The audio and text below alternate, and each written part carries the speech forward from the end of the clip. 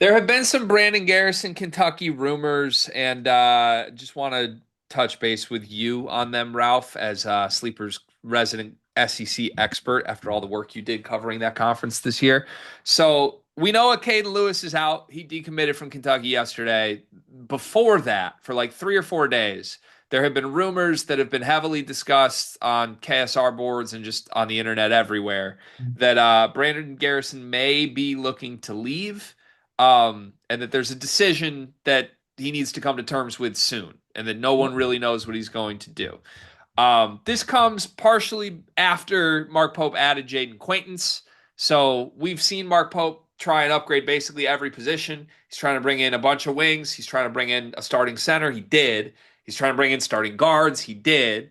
And that leaves everybody else that's currently on the roster sort of in question. I think Brandon Garrison probably hoped that he would be Kentucky's starting center. And Mhm. it's now apparent that Kentucky is planning on a healthy Jaden Quaintance being the starting center. Um, he's a great backup. We know that. He's probably not good enough to be a starter. So it's a fair decision for him to have to make. With that said, all this smoke has been going this week.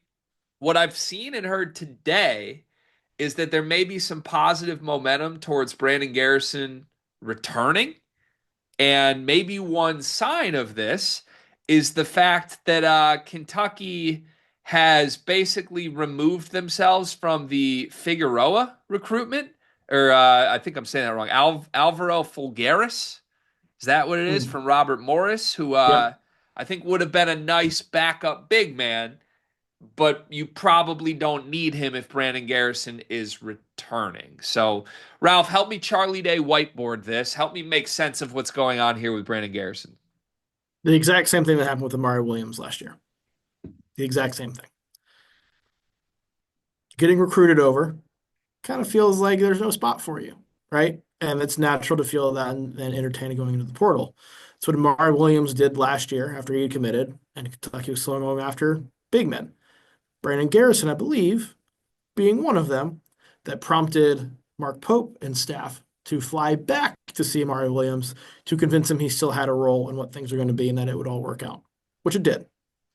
Seems like they've had that same kind of alignment meeting with Brandon Garrison. Because from afar, you can say, all right, look at all the other big guys you brought in. Like, you're minimizing my role. My role is not going to be what I want it to be.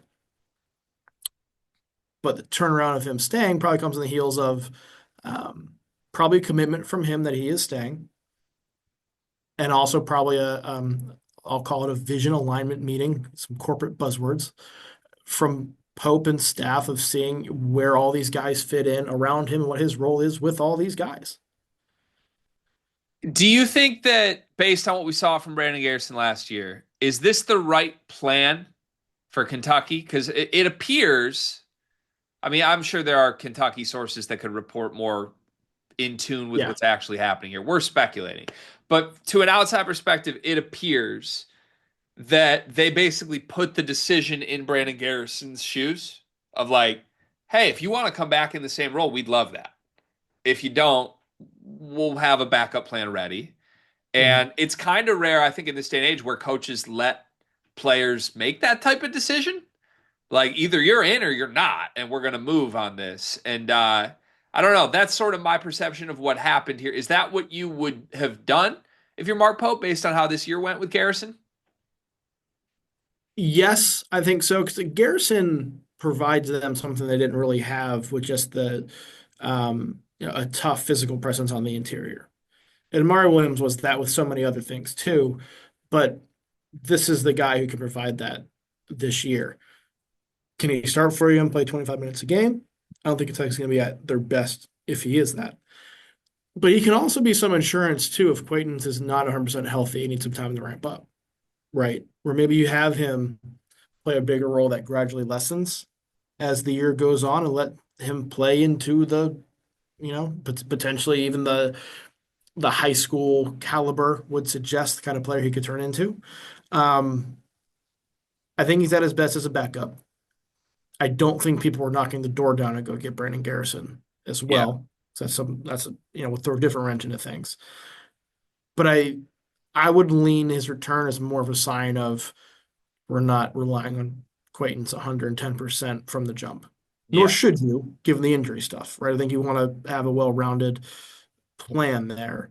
Um, so I don't think I think him leaving or looking at leaving made sense.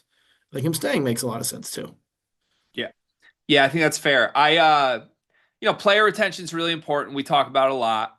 Even if it's not like a superstar, I think retaining pieces like Brandon Garrison is really important to building a culture and just winning. We just saw Florida be one of the highest retention teams in the sport with names that weren't necessarily breakout guys, and some of them broke out, some didn't, but you could tell this was a group that had played together a lot.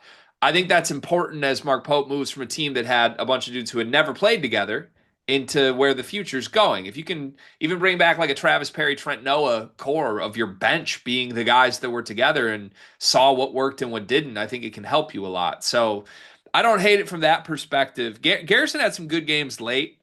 He had 13 and 6 in the NCAA tournament game against Troy in the first round. He had 15 Mhm. points against LSU in the final couple weeks of the regular season. But I'm a little bit surprised. I will just say this: I don't think Garrison was good enough this last year to warrant like I don't know. Like we want you to be in a big role. Like to me, Right, you if you think Quaintance is like a 30-minute guy, then okay, bring Brandon Garrison back. If you're worried Quaintance won't be back at the start of the season, respectfully, I would probably try and get a better player. Now, it's hard because not many guys are going to want to come in and be pushed to a backup 1 month into the season when Quaintance is ready. Um, so I don't know. It's one of I those think things. I Go think ahead. the key with the Quayton's deal because I you want him to be a 30-minute per game guy in March. Yeah, I think potentially having him as a 30-minute per game guy right off the bat in November could potentially like cause more harm and not give him the full chance to kind of like warm back up into everything. yeah, Right. So start him playing 18, 22 minutes a night in November, particularly in some of those smaller non-conference games, and ramp him up to where he maybe is a 30-minute per game guy in March. And Garrison is the guy who can kind of help you bridge that. yeah. That makes sense. And I've talked about like you've got to be in tune with the ramifications of your roster moves in this era. Yeah. And for Garrison, obviously that's one thing, but I'll flip this. You just brought in Quaintance, presumably to be a starter who's awesome. Yep. If you had to replace Brandon Garrison too, and you're looking for a certain player, you don't want to get someone who's so good that it pisses Quaintance off. Because Right. Quaintance came in thinking, hey, I have a wide open door to kind of be the guy here. And I think in a weird way, that makes Garrison more valuable because I think he's the perfect caliber guy that won't scare away Quaintance. That if you did have to replace him, if you're trying to get someone better, all of a sudden maybe Quaintance is looking at you like, is this guy as good as me? Like, what's the plan here? So I don't know. It's probably the lowest risk outcome here to have him Yeah. return, have everything work out. I don't think Kentucky fans are frustrated with Garrison in any way for No. delaying this and or for his play last year. And it sounds like all signs point to that. Hopefully, we'll get an announcement very soon. Very body language PhD of you. Thank you, Ralph.